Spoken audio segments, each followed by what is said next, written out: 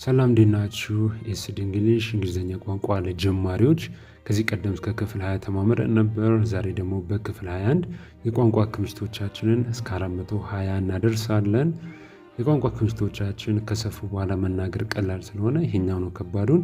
አንድ ላይ እንማማረዋለን። ቀለል ባለ መንገድ ነው የምንማረው። በቀጥታ ወደ ዛሬው ልውሰዳችሁ።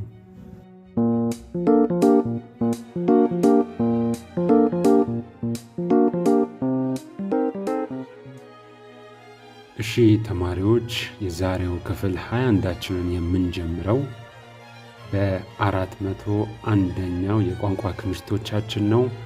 ትሪ ዛፍ፣ ዛፍ ማለት ስትፈልጉ ትሪ ትላላችሁ። አበባ ማለት ስትፈልጉ ደግሞ ፍላወር፣ አበባ ማለት ስትፈልጉ ፍላወር። ሳር ማለት ስትፈልጉ ምንድን ነው የምትሉት? ግራስ፣ ግራስ። እናንተም እያላችሁ ተለማመዱ። እኔ ደጋግሜ ነው የምነግራችሁ። እንግሊዝኛ ቋንቋ ሰምታችሁ መሄድ ብቻ አይደለም። አብዛኞቻችሁ የሚያደናግራችሁ በደንብ አድርጋችሁ ስለማትለማመዱት ነው። ራሳችሁን በሉት። እኔ ለዛ ነው በእንግሊዝኛ በአማርኛ ትርጉሙ እንዲሁም ደግሞ መሀል ላይ የምትመለከቱት እንግሊዝኛውን እንዴት ማንበብ እንዳለባችሁ የጻፍኩላችሁ። ያንን እያነበባችሁ ተለማመዱ። ማንበብ የማትችሉ ደግሞ ችግር የለውም። ሳናነብ ቋንቋ መናገር ይቻላል። ብዙ ስላየን ማለት ነው። ከዚህ ቀደም በደንብ አድርጌ ነግራችኋለሁ። ለዚህ ምሳሌ ደግሞ የሚሆኑ አረብ ሀገር ያላችሁ እህቶቻችን ናቸው።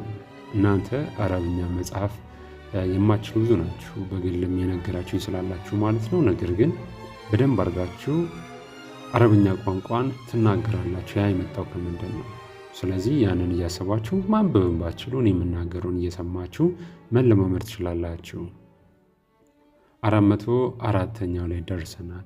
ወንዝ ማለት ስትፈልጉ ሪቨር፣ ወንዝ ማለት ስትፈልጉ ሪቨር። ተራራ ማለት ስትፈልጉ ደግሞ ማውንቴን፣ ተራራ ማለት ስትፈልጉ ማውንቴን። ባህር፣ ባህር ደግሞ ሲ ነው። ሲ፣ ባህር፣ ሲ። ሲ ከዚህ ቀደምም አይተናል። ሌሎች ትርጉሞች አሉት። መመልከት ማየት ሊሆን ይችላል። ነገር ግን እዚህ ጋር ሞዘዝ ታደርጉታላችሁ። ሲ ባህር ሲሆን ሲ። ሰማይ ማለት ስትፈልጉ ደግሞ ስካይ፣ ስካይ፣ ሰማይ። ሰማይ ማለት ስትፈልጉ ምንድን ነው የምትሉት? ስካይ፣ ሰማይ።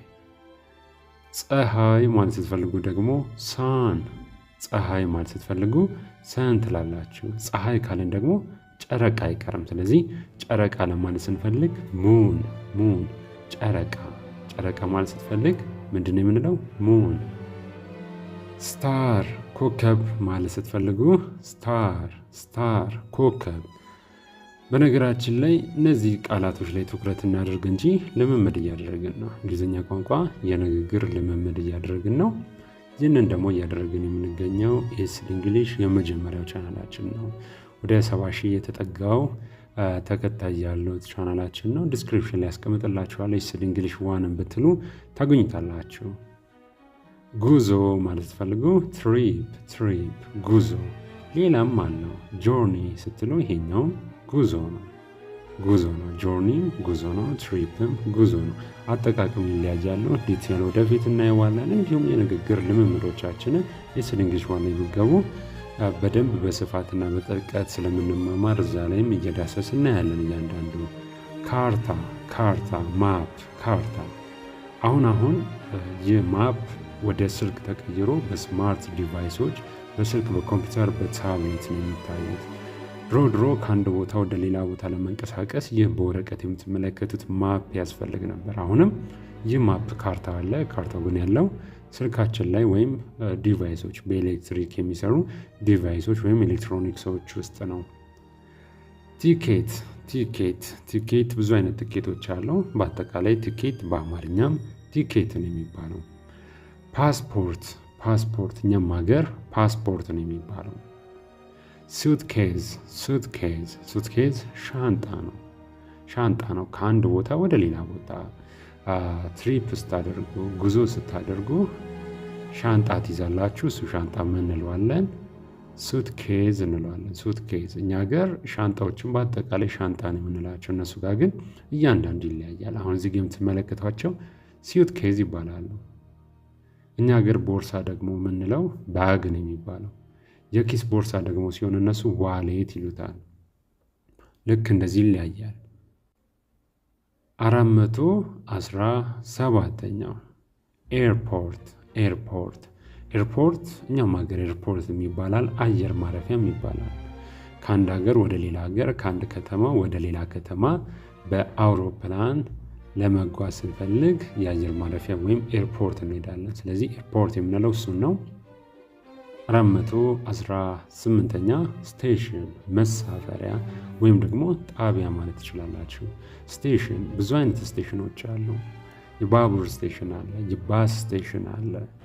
ስለዚህ ስቴሽን መሳፈሪያ ወይም ጣቢያ ማለት ትችላላችሁ። ሆቴል እኛም ሀገር ሆቴል ነው የሚባለው።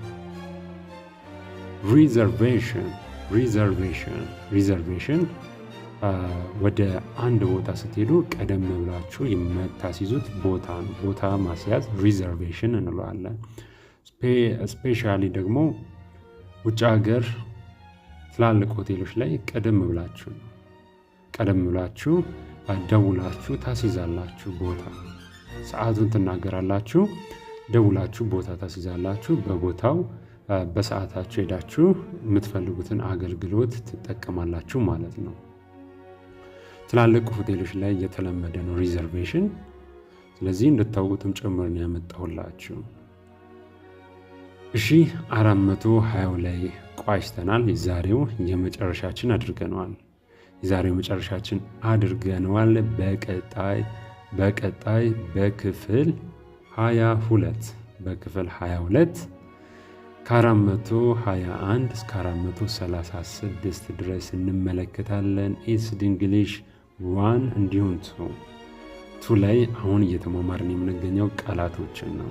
እነዚህ እጅግ በጣም ይጠቅሟችሁ፣ እጅግ በጣም ከምታስቡት በላይ። ምክንያቱም ማንኛውም አይነት ቋንቋ ለመልመድ እንዴት እንደሚናገሩ ማወቅ አለባችሁ፣ ትርጉሙን ማወቅ አለባችሁ።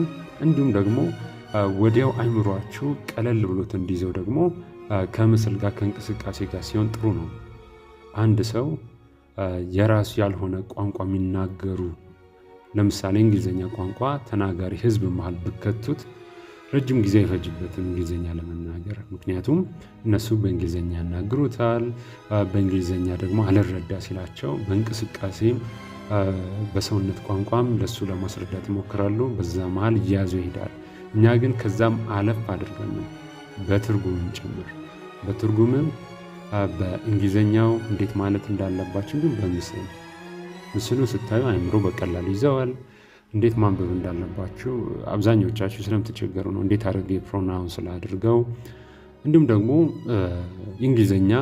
በእንግሊዝኛ መጻፍም ማንበብም ለምትፈልጉ ሰዎች እሱንም ጽፈነዋል ማለት ነው። በአጠቃላይ በእንደዚህ አይነት ሲስተም ነው እየተማማርን የምንገኘው። ዛሬ 21ኛው ነበር ያየነው። በቀጣይ በክፍል 22 እንገናኛለን። እስከዛው መልካም ጊዜ ለሁላችሁ።